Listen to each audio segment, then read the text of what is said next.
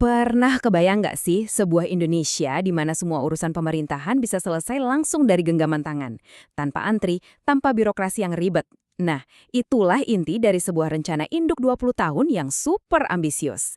Hari ini kita bakal bedah tuntas cetak biru masa depan digital Indonesia yang siap mengubah segalanya. Coba lihat gambar ini.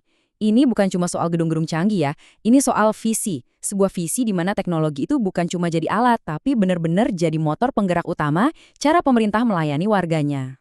Sekarang coba deh bayangin sejenak. Gimana kalau ngurus KTP baru, akte lahir Anak, atau izin usaha itu semudah kita pesan ojek online? Nah, pertanyaan inilah yang jadi jantung dari seluruh transformasi ini. Menempatkan Anda sebagai warga negara di pusat dari segalanya. Oke, kita masuk ke bagian pertamanya. Penting banget buat kita paham, pergeseran ini bukan sekedar mindahin tumpukan kertas ke komputer. Ini perubahan fundamental soal cara kerja pemerintah. Dari yang tadinya cuma nunggu, jadi proaktif. Jadi poin utamanya adalah, kita nggak lagi ngomongin soal frustrasi nunggu antrean atau ngisi formulir yang sama berulang-ulang di kantor yang beda. Tujuannya adalah merancang ulang keseluruhan pengalaman dari sudut pandang kita, para penggunanya, biar jadi mulus, personal, dan efisien banget. Nah, yang menarik di sini adalah kita bisa lihat evolusinya. Dulu kita di fase analog, serba kertas. Sekarang kita ada di transisi dari e-government yang layanannya udah online tapi masih misa-misa per instansi menuju fase pemerintah digital sejati. Sebuah sistem yang nggak cuma nyambung semua, tapi bahkan bisa mengantisipasi kebutuhan kita ke depan. Terus gimana caranya biar bisa sampai ke sana? Rencana besar ini ternyata dibangun di atas 3 pilar utama yang jadi fondasinya. Yuk kita lihat satu persatu.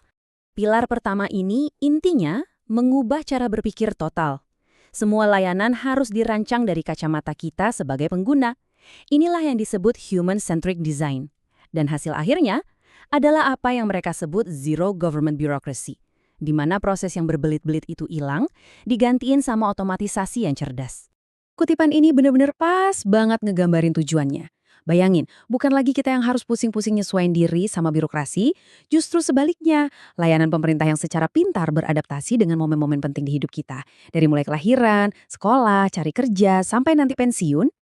Lanjut ke pilar kedua, ini adalah fondasi teknisnya. Coba bayangin ini kayak kita lagi bangun jalan tol digital super cepat, yang nyambungin semua kementerian dan lembaga.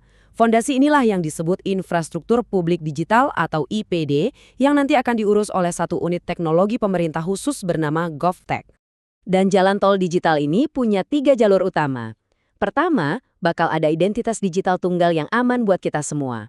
Kedua, sistem pembayaran digital yang terpadu. Dan ketiga, ini yang mungkin paling kita tunggu-tunggu, pertukaran data yang aman. Artinya, nggak perlu lagi ngisi data yang sama berulang kali. Cukup sekali untuk selamanya. Dan yang terakhir, pilar ketiga. Nah, semua ini nggak akan ada artinya kalau kita nggak percaya, kan?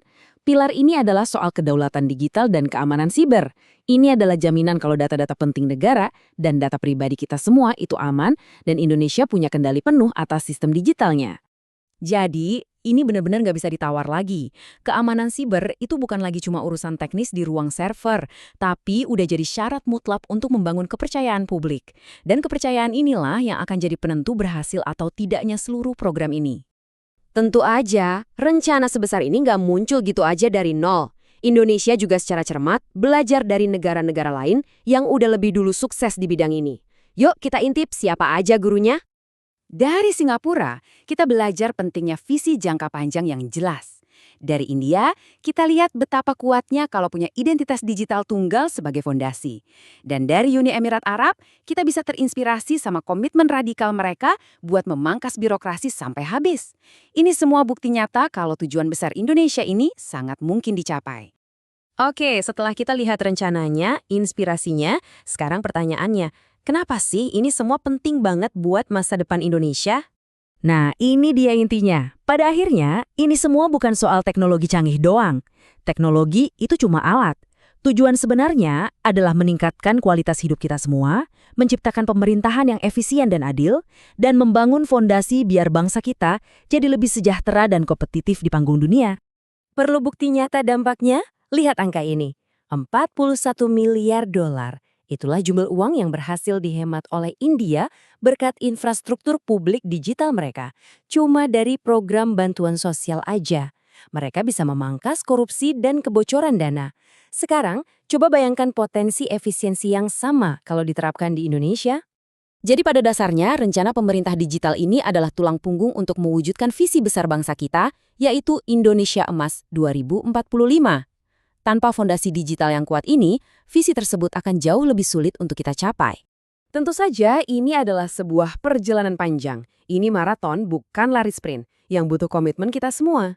Pertanyaannya sekarang bukan lagi apakah ini mungkin, tapi bagaimana transformasi fundamental ini akan membentuk realitas baru dan membuka peluang-peluang yang tak terbatas bagi generasi anak cucu kita nanti.